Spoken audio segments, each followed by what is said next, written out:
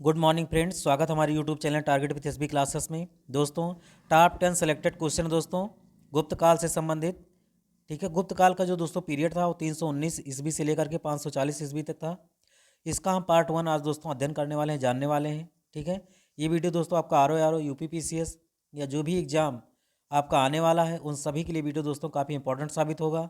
काफ़ी selected question है दोस्तों ये।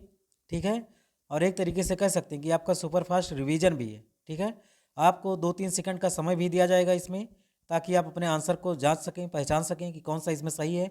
और कमेंट करके दोस्तों ज़रूर बताया करें कि हमारा इसमें 10 में से कितना प्रश्न सही हुआ। इसका पार्ट 2 भी लेकर के हम जल्द ही दोस्तों आप लोगों के बीच में हाजिर होंगे।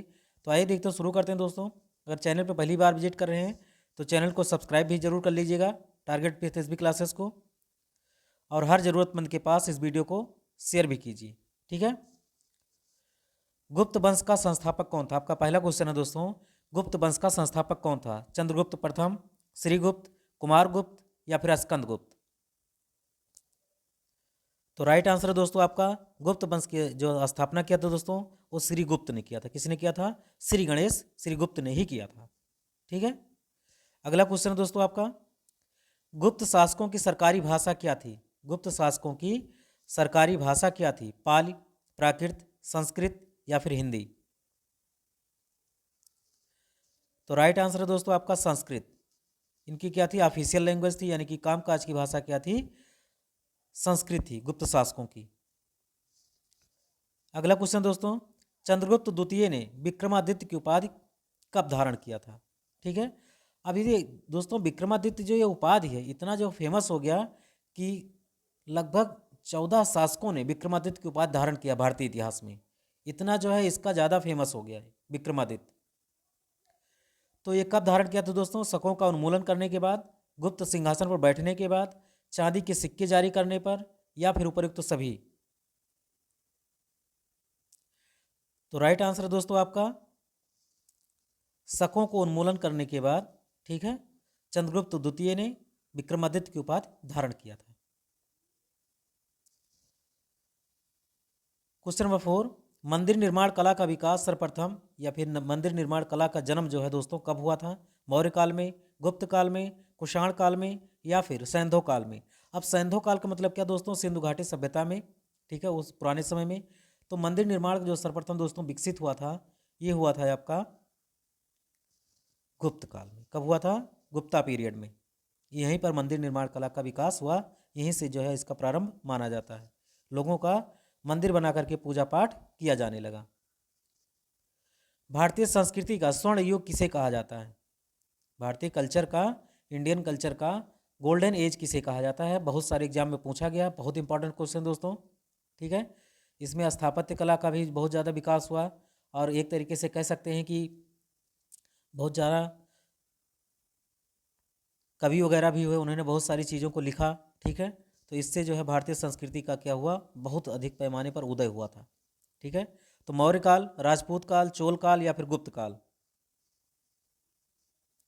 तो राइट आंसर है दोस्तों आपका गुप्त काल को भारतीय संस्कृति का स्वर्ण युग कहा जाता है।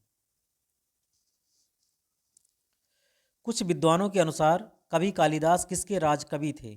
कुछ विद्वानों के अनुसार कवि कालिदास के बारे में तो सभी लोगों ने सुना होगा, विक्रम बरसिए, ठीक है, रघुवंश, रघुवंश, अभिज्ञान शाकुंतलम, ये सब किसकी रचना है? कालिदास की है। किसकी है? कालिदास की रचना है।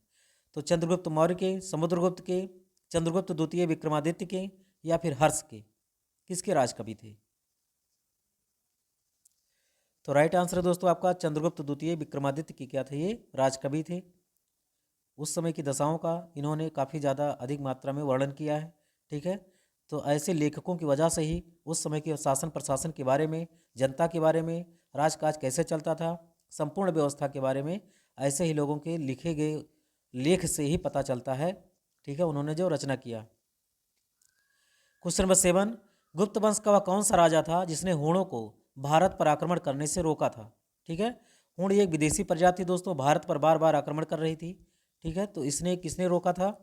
कुमारगुप्त ने, समुद्रगुप्त ने, स्कंदगुप्त ने या फिर चंद्रगुप्त ने? तो राइट आंसर है दोस्तों आपका स्कंदगुप्त। क्या नाम है? स्कंदगुप्त। अगला क्वेश्चन दोस्तों बहुत इंपॉर्टेंट है, बहुत सारे एग्जाम में पूछा गया है। इतिहासकार बी.ए. स्मिथ ने किसकी विजयों से प्रभावित होकर उसे भारत का नेपोलियन कहकर पुकारा है? भारत का नेपोलियन किसे कहा जाता है? स्कंदगुप्त को, चंद्रगुप्त को, ब्रह्मगुप्त को या फिर समुद्रगुप्त को? Question number 8।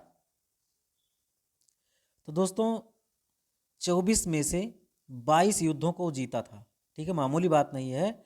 24 में से 22 युद्धों को जीता था और वो कोई नहीं है, समुद्रगुप्त है। कि कौन है? समुद्रगुप्त है।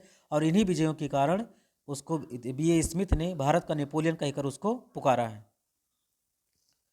क्वेश्चन नंबर 9 है दोस्तों, गुप्त संवत, ठीक है, ये गुप्त संवत की प्रारंभ हुई थी दोस्तों 319 में। तो इसको प्रारंभ करने का श्रेय किसे दिया जाता है? चंद्रगुप्त प्रथम को, चंद्रगुप्त द्वितीय को, समुद्रगुप्त को या फिर स्कंदगुप्त को? तो राइट आंसर है दोस्तों आपका चंद्रगुप्त प्रथम को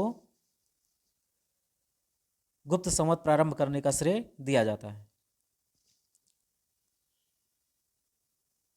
और इसने जो किया था दोस्तों, चंद्रगुप्त प्रथम ने अपने राज्यारोहण के स्मारक के रूप में किया था, ठीक है। जब वो अपने राज्य पर आसीन हुआ, गद्दी संभाला, तब उसने क्या किया था? गुप्त संवत क्या किया था? प्रारंभ किया था। गुप्त काल की सोने की मुद्रा को क्या कहा जाता है? गुप्त काल की सोने की मुद्रा को क्या कहा जाता था? दीनार, काकनी, निस्क या फिर कारसापण? बहुत इंपॉर्टेंट क्वेश्चन है दोस्तों कि उस समय सोने की मुद्रा को क्या कहा जाता था। तो राइट आंसर है दोस्तों आपका दीनार। क्या कहते थे? दीनार। आपका ऑप्शन नंबर ये सही है, ठीक है। तो ये था दोस्तों आप सभी लोगों के बीच में टॉप 10 क्वेश्चन, ठीक है। आई होप दोस्तों आप लोगों ने इसको पसंद किया होगा, ठीक है। चैनल पे पहली बार विजिट कर रहे हैं दोस्तों, सब्सक्राइब भी कीजिएगा, शेयर भी कीजिए हर ज़रूरतमंद के पास। और दोस्तों चैनल पे दोबारा विजिट ज़रूर कीजिएगा। Thanks for watching. जय हिंद।